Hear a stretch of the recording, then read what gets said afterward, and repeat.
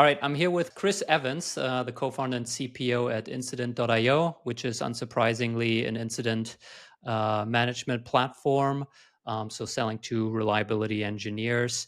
Started the company in 2021 with your co-founders Pete and Steven. You guys recently raised a 62 million Series B. LinkedIn says you guys are about 100 people. You guys are above 10 million in ARR. And before starting this, you were the director of platform and reliability at Monzo Bank, where you also met your co-founders from the looks of it. And yeah, thank you for joining me, Chris. Anything we should update, amend, correct there in that intro? No, I think good research, pretty accurate, pretty spot on. Cool. You guys are currently in the process of relocating from London to SF. What's been the biggest culture shock so far? Oof, good question. I guess maybe technically we are dual quartering. So we sort of are a company that was born in London. All of engineering, product design, data that remains in London, and sort of San Francisco for us is it's sort of been where the customers have been. So about 3/4 of our customers are from there. So large sort of base there. Culture shock. I think hiring people in America, especially on the West Coast, is very, very different, especially in the kind of roles we're hiring for. So for us, like the West Coast is mostly like commercial. So it's, sellers, marketers, solutions engineering people. And I think they are all exceptionally good at selling themselves. Mm. And so the job of actually hiring people, I should say as well, we have an office in New York, and that was sort of our original hub in the US. I remember like the first sellers we were sort of interviewing there, and I was like, oh my God, the quality is so high. And we did hire some great people, but also we interviewed basically, after you've interviewed 10 people and you're like, hang on, every single person we've interviewed is the top 5 percentile, and everyone's getting President's Club and everyone's this and that. And you're like, right, I'm going to have to work harder to figure out these people. So that's been a big one for us. Right. Yeah, you gotta adjust your priors. The UK people are more down to earth, Oh, humble, I guess. we love to be self-deprecating. Yes. That's the thing. So, someone in the UK does something incredible, and they'll be like, "Oh, yeah, it's okay. Like it was fine." Yeah. Take the complete flip side view in the US. Yeah. If you ask the US person how they're doing, they always will say great. If you ask a UK person how they're doing or how their day is going, it's always not bad. Yeah, it's so true. Yeah. Interesting. But look, I mean, you mentioned you started in London, you also added New York. Is there any, why now SF? I mean, you raised the Series B, why not earlier? Why not later? Is there any? Yeah, it's a good question. So as I said, like I think even from like the really earliest days, like first 10 customers, there was already the majority of them in San Francisco. And like for us, we're a very in-office culture. And so there was no real driving force to go and put people out in San Francisco early on. So we stayed very much in London. I think as post Series A was about, I think the time when we ended up being like, well, there's enough pull in the US that we want to have Mm, people out in the US, and we want to be sort of closer to customers. And we sort of weighed up like San Francisco versus New York, and honestly weighed up a ton of factors. I guess like one of the most among those being like the time zone difference. And we sort of were like, great, well, given everything, it probably makes more sense to be on the East Coast because then we can service the whole US, but we also have that overlap. And we sent Stephen, Stephen volunteered to go out to go and run that office in New York. And then so I think that was good, and it helped us hire some people, and we've hired great leaders out there now. So we have an incredible CMO, an incredible CRO. And I think like the why now for San Francisco is really like post Series B for us. Like one of our biggest challenges now is like scaling the commercial team. mm, We sort of proven we have a thing that it sort of works, and it's like there becomes an element to which that becomes a numbers game now. And us being in the right place, co-located with customers, density of talent, all of those sort of things are compounding into it. Just makes very logical sense for us to be out on the West Coast. So I should say as well, I'm moving out there. So I'm currently, doing this from London. But I am like 2 weeks yesterday. In fact, I'll be moving with my wife and 2 kids out to the Bay Area. So it's a very meaningful, big step for us, and we're putting a lot behind it.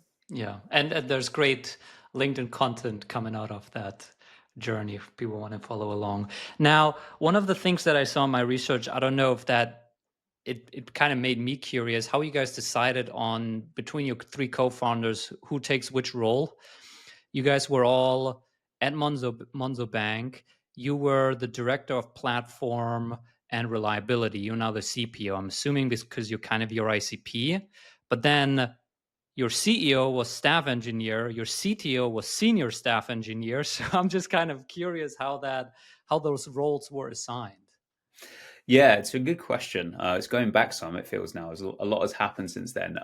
So yeah, I think we all of us sort of come from very technical backgrounds, so all have been sort of engineers to like reasonable level in the past.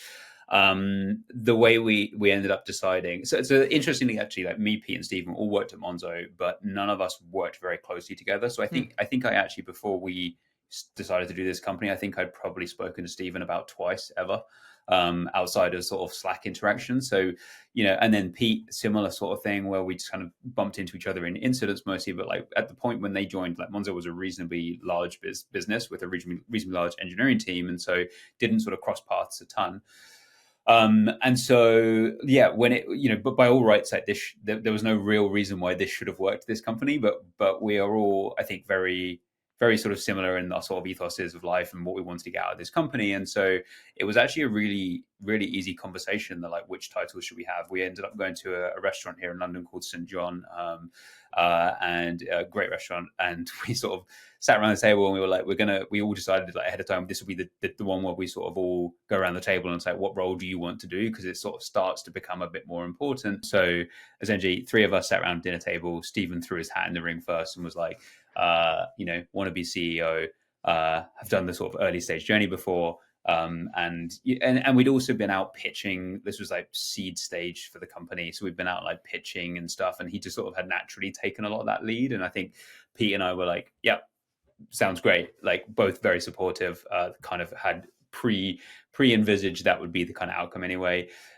Pete like has a lot of experience of like engineering management. And when you look at what CTOs end up doing, certainly in the early days, that you were basically like an eng manager who is coding, managing, building, hiring, and so most experienced there. And I think I was the sort of the least defined, and so we didn't decide my title then. We were just like, I was like, it's fine. Like I don't really care. Like we're going to go to work on Monday, and we're all going to go and be coding and selling and marketing and all those things anyway.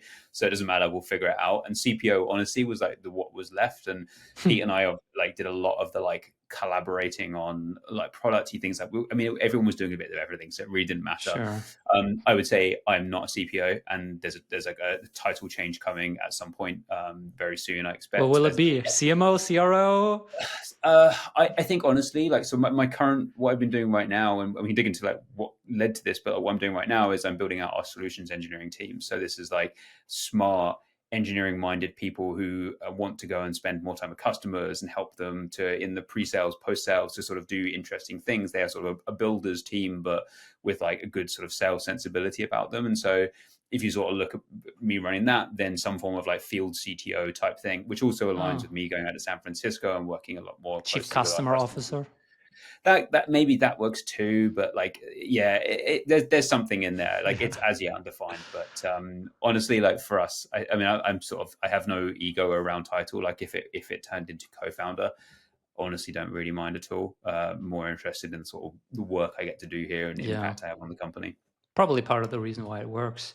When you guys started in 2021 and the early vision that you guys had, the early hypothesis that you guys had around what you're building and for whom and what the problem and pain point is going to be, how much pivoting have you guys had to do along the way? Did it turn out more or less how you planned, or did you had to majorly shift anything? Yeah, I mean, we kind of started this company on easy mode, I think, in so much as the company that the product that we launched with was the product that I had built in my spare time at Monzo. So Monzo had sort of validated the problem and the solution in that regard. So we were using PagerDuty when I joined the company, and that was like, the thing that made people's phones make a noise. And then everything else after that was just like like honestly a bit of a mess. Like it kind of worked. Like Monzo wasn't doing badly, but it was an enormous amount of like heavy lifting on the part of the humans responding to these incidents. So, an incident would happen and you might get called by MasterCard's operational command center, and you'd be, also stressing about trying to do like comms to the FCA because they had a sort of a vested interest in this. And then you're also thinking about updating status pages. There was just like a million different things to do. And there wasn't really a good process. And so I ended up building, I mean, it was like laughably simple in the early days. It was like a slash command in Slack that created a channel and did some light bootstrapping of like, here's some useful information for you. Mm-hmm. And then I just built that out over time. It was like evenings and weekends. Like I wasn't doing much Mm-hmm. coding at my time at Monzo. And so this was like my sort of like way to chill out at the weekend kind of thing whilst my kids were doing sports clubs or whatever.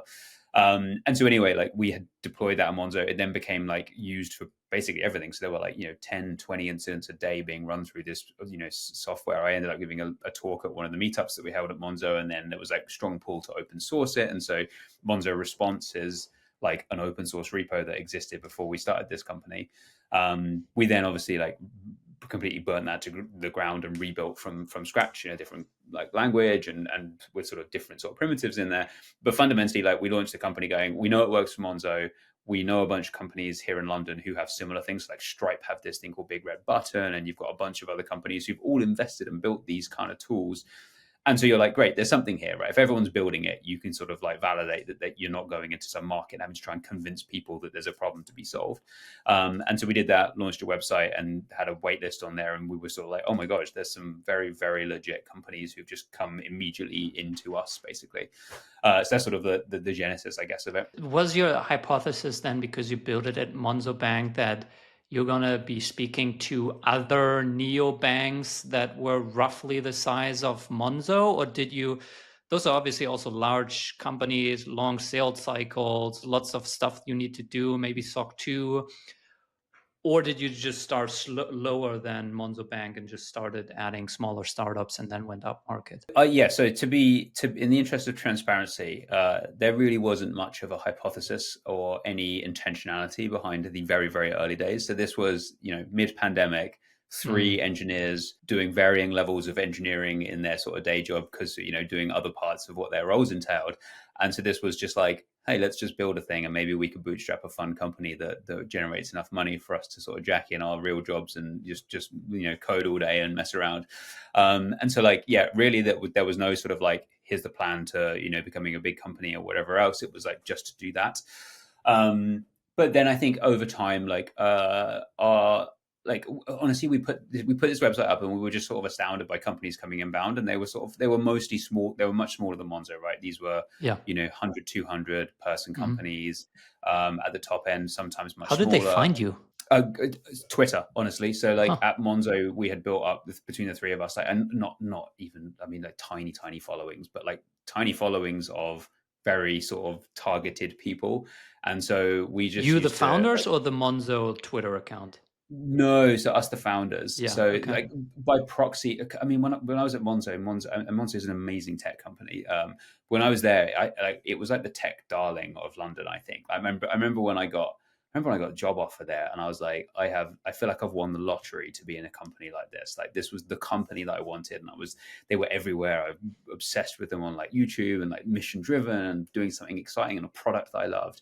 And anyway, like I think that captured around Monzo, and so around London, and so I started tweeting things when I was at Monzo, and people just it was the same stuff I was tweeting beforehand, but people just cared a little bit more. And so and as I said, like very small, like few thousand following, but it was like of people who cared about those sorts of things, and so that happened to mean that we had small but very relevant reach, I think, within that little circle. And so, yeah, launched the website, and I think it was just like being loud on Twitter. Mostly, none of us were on LinkedIn at the time. It was all Twitter before it turned into what it is today. And yeah, that was the thing that generated then people coming in and just hitting the sign up link. And I think like combination of like some sort of like solution market fit type of thing, and a little bit of like hyper relevant reach into those sort of people was the sort of the lucky thing, I guess, that allowed us to get off the ground a little bit. In the early days, was it self-serve? Could people sign up for a trial, or they had to book a call with you? they had to book a call with us, and that was not through, again, not through intentionality of like we're going to be a self-serve business where you've got to sign up and go through, you know, a POC and all this kind of stuff. It was mostly just like hadn't really built the product and wanted to be. So we were like, we wanted to, you know, those early days, those early customers, the sort of the way that they would land in the product would be quite rough, honestly. Like there was more missing from the product than there was included in the product. And so to be able to get on a call and go, hey, like we didn't do like, you know, 2-stage discovery demos. It was just like, we want to meet you, we'll talk through, we'll do a little bit of that validation that you actually have the problem that we solve. We'll then walk you through like a live demo, sort of get you excited about it. They'd ask questions of like, does it do this? Does it do this? And you'd be like, no, but here's the roadmap. And no, but like this thing's coming. And there was a lot of no's. And then off the back of that, we would be like, great. So, you know, we used to create a new Slack workspace for every single prospect to sort of bypass all of the sort of getting through security hurdles and stuff like that. And we'd be like, we've invited you to that workspace, the product's installed, go play with it, and then we'll come and talk to you about things. And, you know, we were doing those early calls before we had any billing in place, before any, you know, any order forms and stuff. And so like we built Stripe into the product, and like I wrote the first order forms, like literally because the customer was like, cool, we want it. Like, can we pay you? And we were like, yeah, let's do it. This is a great time to build this thing. So yeah, it was a fun time. It was really fun. It's actually interesting to hear because I have been following you on LinkedIn for a while, and it felt like a relatively new thing. Maybe I just recently discovered you, but actually hearing that it's kind of founder brand that got you the first early users than on Twitter or X back in those days. Now, we work with a couple of dev tool founders and startups, and it feels like one of the conversations always early on is, do you sell top down or bottom up? Do you go to that CTO, VP engineering, head of platform engineering, or do you go bottoms up to that SRE or to that platform engineer or to that GraphQL engineer? How have you guys approached it? How would you help? How would you tell founders to even think through it, where to attack, let's say? Yeah, I mean, it's a great question. So I think from our point of view, we're in a relatively unique position, right? In so much as our product, you know, you could maybe classify it as a dev tool, but it does not get bought by an individual team or a few teams inside of your engineering org. Like when you're thinking about incident management, like it very, very quickly is not just an engineering problem. So like something goes wrong and it's like, well, great, your CS team need to have some input because they'll feed in, you know, there'll be the sort of the comms link to customers and execs when something gets bad, they need to be involved. And so we are in a weird sort of mode, and we're still a little bit in this mode of, we sort of sell like more bottoms up than top down, but always with some form of top down, almost always with some form of top down sponsorship. So it is never you sell, you know, typically we'd sell to like an engine manager, engine director, or it's a staff engineer, something like that, someone who has sort of been given the delegated authority to be like, hey, we had a bad incident that was run really poorly, we need to do that better next time. And so it's sort of bought that way around, and it's typically sponsored by the CTO or, you know, a CISO type of character. So it's sort of something of both, I guess. And then nowadays, like it's a much more sophisticated sales, especially when you're talking to like, you know, 10,000 person companies where you need to be talking to people at the top level and the bottom level and the middle level and all those sorts of things. So that's how we are. But we're certainly not, we've never really fitted into that use case of like, hey, well, just one team can adopt you over in the corner over there. And you can sort of like land and expand. It's rarely the motion that works for us. And how do you manage the complexity of that messaging? Because I'm assuming what the CTO cares about is much more high level company reputation. We want to make sure that, you know, we don't create revenue damage or something, while the staff engineer or the on duty, I don't know, SRE really cares about when I get my pager blinking. I just want to be able to resolve this quickly. Yeah, it's so we've labored over this a lot, and I think probably the time we labored over it most was when we were launching our on-call product. That was like last March 2024, and we were like, great, engineers are going to love this because it makes the experience of being on call much better, right? But engine managers are going to love this because it makes the experience of like managing a team much better, and like a CTO will love this because it gives them some confidence that like the right things are happening when stuff goes wrong and people repage and that they can sort of view that stuff. And so like, so who do you target the landing page to? And I wish I had a sort of better, more structured answer. But like really, I think really where we have targeted it is like either be sort of on landing pages like sufficiently objective and sort of like this is what it does, and so sort of don't really be hyper specific about the persona, which is probably like absolute sin in marketing of like, you know, you should really be targeting someone. But like our landing page, for example, it's very much like this is what we're about, these are the products we have, this is who the customers are that sort of love it and use it, and then it gets more specific on other parts of the site. And so like we'll either do that or we will target really towards the user end versus the CTO end. So because our motion is often like the CTO has delegated down the chain of command, the person who you'll be talking to most often in the first instance is the one where we're like, you're going to be the one who ends up clicking the button to book a demo, and so we'll make sure it speaks to you as the sort of the default there. And then obviously like there's So you the said the easy default mode. is to resonate with the CTO? Sorry, no. The default is to resonate with the person who is likely to have been Okay. delegated. You Yep. know, it's been delegated down to kind of thing. So they'll Yep. be the one who's booking the demo and wants to come and talk to us. And you know, be like, my CTO's asked me to look into this kind of thing. So capturing their kind of hearts and minds is sort of front and center, I guess. Very interesting. What has now you kind of talked about the early days of kind of what worked. Now that you guys are more mature, you guys are doing over 10 million. I mean, on your website, you have some very prestigious customers that are using your product, Linear, Vercel, Intercom, Ramp. How do you guys go to market now? Do you have a target account list and you know your 100 companies that you know will use this best? Are you tracking some sort of signals? Is it all inbound? What's working for you today at this scale? Yes.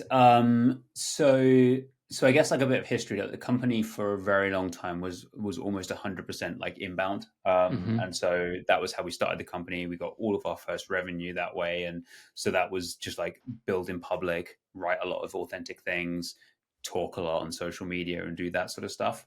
We then sort of layered in a BDR team, and I think spent quite a long time trying to sort of figure out what that should look like and what works for our the kind of prospects we're going after. And so we tried all sorts of things there, like, you know, the kind of high volume, lower Hmm. quality sort of spray and pray across the whole market, which felt a bit gross and inauthentic for us. And then we went very, very like hyper specific, you know, here is the top 100 accounts we would love to go and work with, go and do all the research, be super, super like targeted about this stuff. And that didn't really work either. And so we're somewhere between the two now. And so like AEs and BDRs are paired up and have like target account lists of like customers we'd love to go after. One of the things that we have got, which has been like phenomenally successful, both for sort of AE outreach and for BDR outreach, is we use this product called Common Room. And Hmm. this is something that our CMO, like CMO himself, sort of has brought into existence. And so that is like aggregates all of the kinds of signals of useful things that, you know, our prospects are doing. So, you know, having incidents that they put on their public status pages, talking about things, you know, analyzing their profiles, all these sorts of different signals, or coming to our website, looking at pricing pages, and you can start to do some really sophisticated things there where you just happen to reach out to someone and they're like, that's so funny, I was just thinking about incidents. And you're like, yeah, it's like not and it's funny that when you get inside this kind of circle, I have people outreach to me like all the time, and you see the kind of playbooks, and so there's a bit of like, you have to be a bit careful about how you sort of message this stuff, Sure. but generally I think it is like, it serves both sides, right? If you can avoid contacting someone when there are no signals, and you can go, great, there's no point me reaching out here because I have 100 leads here who are all exhibiting signs of this being a problem that they might want solved, Yeah. then, you know, us using signals and using that to steer where we're going is sort of just good for us because we get more hit rate, and good for them because they're going to hopefully the best incident management company reaching out to them, telling them they've got a good solution for them. Can you give me some idea for ACV here, just so people can put this in context? So we have sort of like two. Oh, I'm trying to think what they are at the moment. So we have like two. We sort of split on commercial and enterprise, and so range wise, like commercial is usually like sub $100,000 type ACVs, probably around 30 to 50, something like Mm-hmm. that.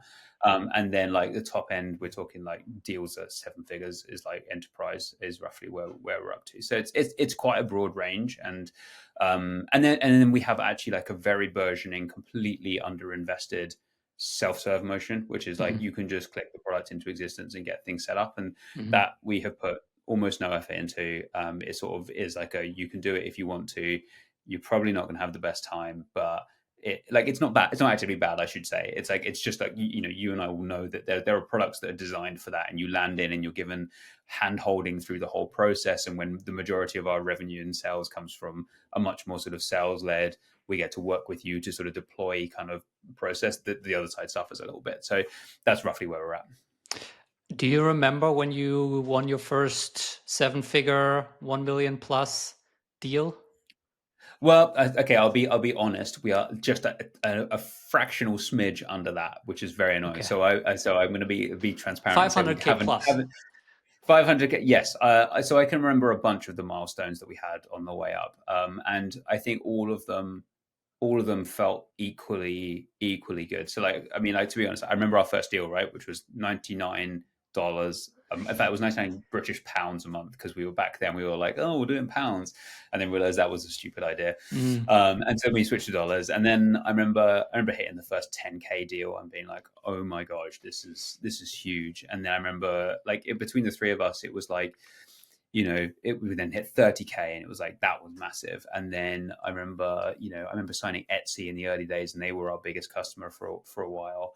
And that was just like, oh my gosh, this is a company and a brand that my mum has heard of. And Right. I'm like, I remember, I think that probably was one of the most exciting deals I think we've ever closed, not because of the size of the revenue, but because of the effort that went into it, and the kind of, I guess, like the relevance and like symbolic nature of signing such a real company. And they'd really pushed us, right? They'd given us this document of like tens of pages of feedback about things needed to change in the product. I remember just like hustling as a company to be like building things and feeding back and working with them to get there. And so that was great.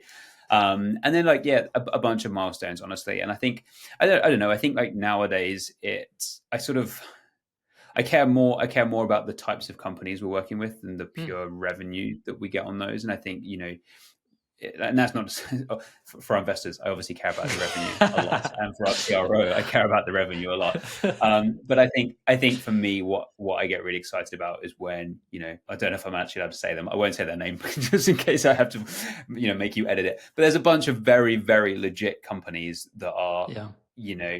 some of the biggest brands in the world who are now using our software when things go wrong. And I think like that's what sort of impresses most upon me. And I know that the team here as well are super hyped by that. There's nothing that fires up the engineering team to build a sort of custom feature or, extend something than an amazing customer who's been great to work with, sort of asking us very nicely to build something for them. So yeah, it's been good.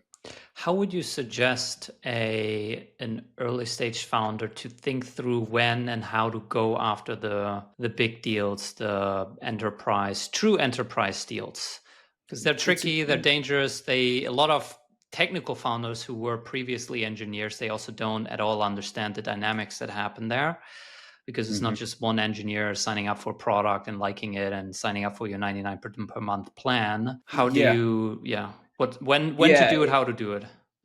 It's sort of trying to think how it happened for us. So like for us, it was, I think we were quite lucky, right, in that we sort of climbed up the ranks quite organically, right, and we were quite, I mean, early days, right, there was a deal we were in where everything was going well, and it got to procurement, and they were like, where's your SOC 2 report? And we were like, yeah, and I'd actually already started at the time, and we were using Vanto, and I was like, this is great. What a way to be able to do this. But we were a little way off, and we sort of lost that deal because of that. And so then that was like, great, we had that. And that was then ticking the box that we could then go and unlock this part of the map that we couldn't previously sell to.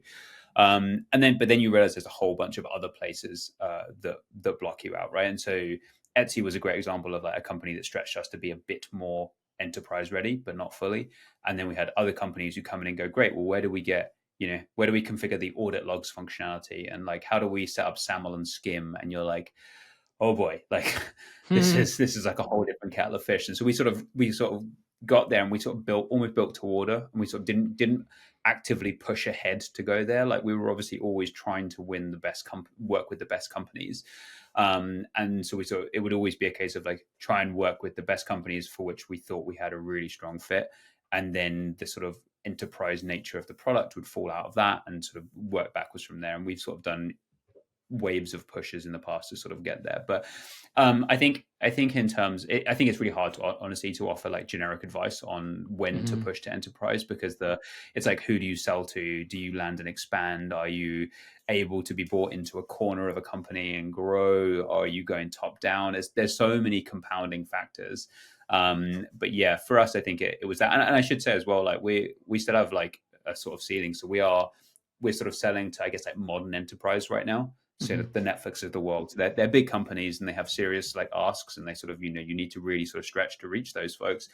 But they're not the sort of like archaic banks of the past where you're trying to, integrate with a million bits of software you've never heard of that IBM own all of, kind of thing. And so there's still a ton of work for us to do there. Interesting. Now, also for the sake of the name of this podcast, you mentioned founder brand on Twitter kind of playing an early role.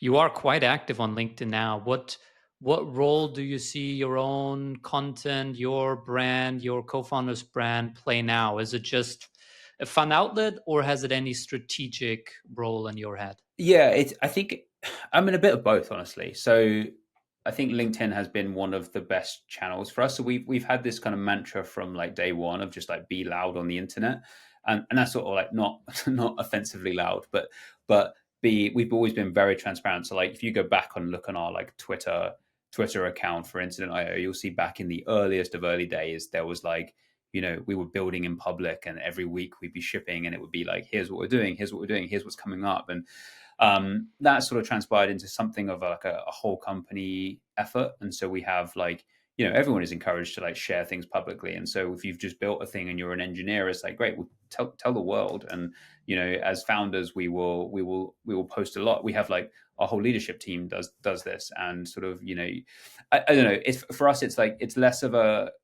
it's not a measured channel, it's not sort of intentional to that extent, but it is. We see enough and we hear enough through self-reported attribution that it's like, great, LinkedIn is working. But as an aside, like it's also a fun outlet, right? Like I like building in public. I really, really like the sort of, do something, be proud of it, put it out there, like engage. And it's a fine line, right? Because it's like LinkedIn can be very fatiguing. I'm sort of acutely aware of that. And like, it's a fine line to stay the right side of like for me, it's like I know when I've crossed over when the post doesn't feel authentic. Like if I feel like I've gone and had to really sit down and like crank something out, that's normally when I've sort of gone into like, I'm doing LinkedIn for the sake of doing LinkedIn.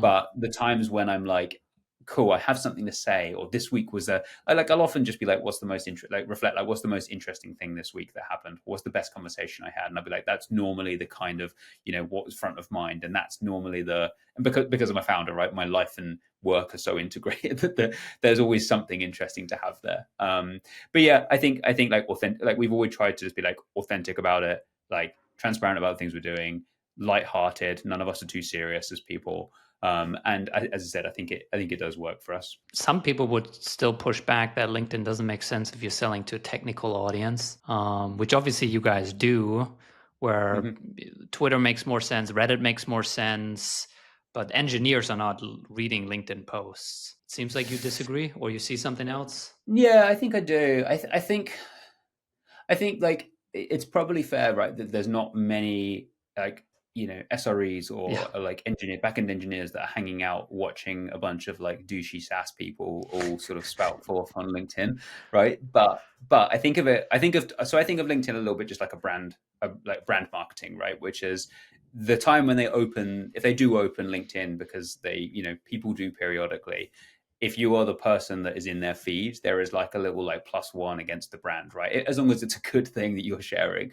And then there is the like, great, well, if they're not there, you can bet that their bosses or their bosses' bosses or their bosses will be on LinkedIn. And so when they go and present the like, hey, I've done a summary of, bottoms up, here's what I think the landscape looks like. And the CTO goes, I see Incident.io all the time. And I see that they're working with Netflix. and they're doing this. And so it doesn't, for me, it doesn't have to be the direct, is this post going to generate a bunch of people coming and booking a demo? Like never, almost never. But does it put us front of mind? Does it help to build trust? Do we come across as like good people and a good company that sort of has a bit of a personality about it? And I'm like, if those things are true, then I sort of trust that the results will come back eventually. Makes sense.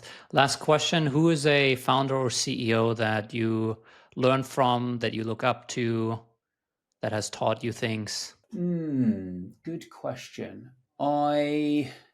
So so this is less of a specific person and more like the group, but like I love all the things that Wiz, the cybersecurity company, doing and do. And so I know one of the founders there. In fact, they are literally in their London office is right above us in this office here. So have bumped into them, and I think they have a similar energy about them, or like that. I sort of look at that company and those people, and I go, hyper smart people, right? Really, really, really smart. Don't take themselves too seriously. Do really well. Seem really authentic to themselves, and so I think obviously that they've done pretty well as a company, being acquired for what 32 billion by Not Google. bad. So not doing too shabby either. So I think they are pretty exceptional folks. Do you follow anyone on LinkedIn whose content you look forward to? James Hawkins puts out Uh, lots of funny things on LinkedIn. there's a bunch of people. There's some. I think it's interesting, right? I think there's a lot of people on LinkedIn who I follow, and I see their posts frequently, and I'm just like, oh, like do you know what I mean? Like I'm sure there's people who you see. I'm trying to think if there's anyone who I really enjoy the posts of. I don't know. I don't know if there's anyone who I see consistently sort of loud enough in my feed that sort of actually sort of comes to mind. But I Yeah. definitely have people who I follow, and they're the people who frequently go, should I unfollow these people? And I'm like, no, I'm gonna keep Lots sticking of with them. cringe on LinkedIn But for they sort sure. of, oh Yeah. yeah, oh yeah. Which and I'm like hyper aware that I'm probably, just to call it out, I'm probably someone else's cringe as well, and they're probably hovering over the unfollow button for me. So, what goes around comes around. Yeah. All right, Chris, this was fun. Thank you for all the insights. I learned a ton. If people want to check you out or want to check out incident.io, we'll link that up in the show notes. And thank you for taking the time. Yeah, appreciate it. Great to be here. Thanks for having me.